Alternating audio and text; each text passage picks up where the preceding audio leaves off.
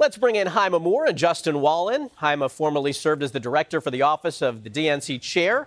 He's now a principal for Cornerstone Public Affairs. And Justin is a Republican pollster and the CEO of J. Wallin Opinion Research. Hyma, Justin, thank you both for joining us. Hyma, I want to start with you. So who do you think is better positioned to win tomorrow's primary and why?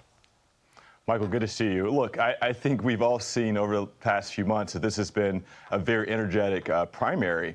And look, I'm looking at a couple of things tomorrow. I think Haley Stevens, the Congresswoman, has still been well positioned for this race. But we've seen Dr. El-Sayed really have a lot of energy among young voters, Palestinian voters, Arab voters, those who have not traditionally been part of this process. But I think tomorrow is going to be, Wayne County is going to be really important to see which of these candidates has a stake in Detroit and who can build out and go into the suburbs. So I think Haley Stevens is looking at the black vote and see how many older black voters turned out and how well she does there. And Dr. El-Sayed is looking to see how well he does with young progressive voters, particularly young black voters as well.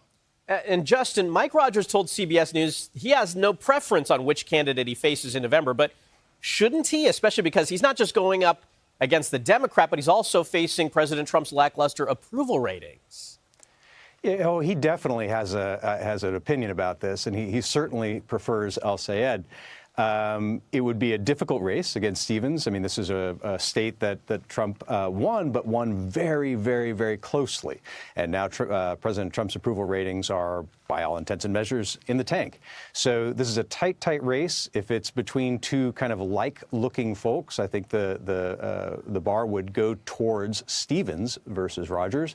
But Rogers looks well-positioned against El-Sayed, who looks well-positioned to win. He's got a double-digit polling advantage over Stevens. I think it's hard to see him not being victorious tomorrow.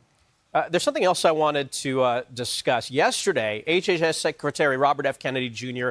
appeared on CNN to discuss the COVID-19 pandemic. Of course, this comes after Dr. Anthony Fauci's hearing on the Hill last week. It got pretty contentious. Let's watch.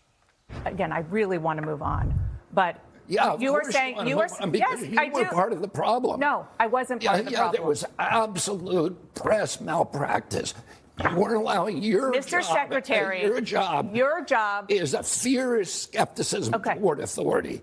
And yes, you weren't doing that. You were beating up on people who were dissenting. No. Okay, are you you want to sit here and attack me, or do you want to have conversations about public health? I'm not attacking you. Well, Justin, look, we're 3 months out from the midterms. Is it a mistake for the Trump administration to be relitigating the pandemic, which ended years ago? Not really. It may seem odd, but sometimes you have to ask people why they are angry. And voters on both sides of the aisle are angry about a number of things, but voters, period, in America are angry with their institutions. And there's reasons for that. I mean, our institutions failed us during COVID. I mean, we know that now after kind of digging through these records that our leaders kept. And I think it's worthwhile to keep in mind that sometimes government isn't well suited to lead us, and sometimes they make colossal mistakes. I think part of the problem right now is we're seeing leaders not saying we made an error and being honest about that. This is a very difficult situation. It hadn't been seen before. We made choices, and some of those choices were wrong. That's not a difficult thing to say. It's not being said. And Hyma, will we ever get to a place where the pandemic isn't a partisan issue? Michael, I sure hope so. It doesn't seem like that's going to happen right now. Look, we're in the middle of a contentious election season. I think both Democrats and Republicans are trying to figure out ways to get themselves back into the conversation. And I think the COVID autopsy is a way for Republicans to revisit and have a proxy for conversations around important political issues. And so I do hope we get to that place at some point, but I think right now it's going to be hard to see that. All right, Justin Wallin, Hyma Moore, thank you both for joining us. Good to see you. Thank you, Michael. And you can stream our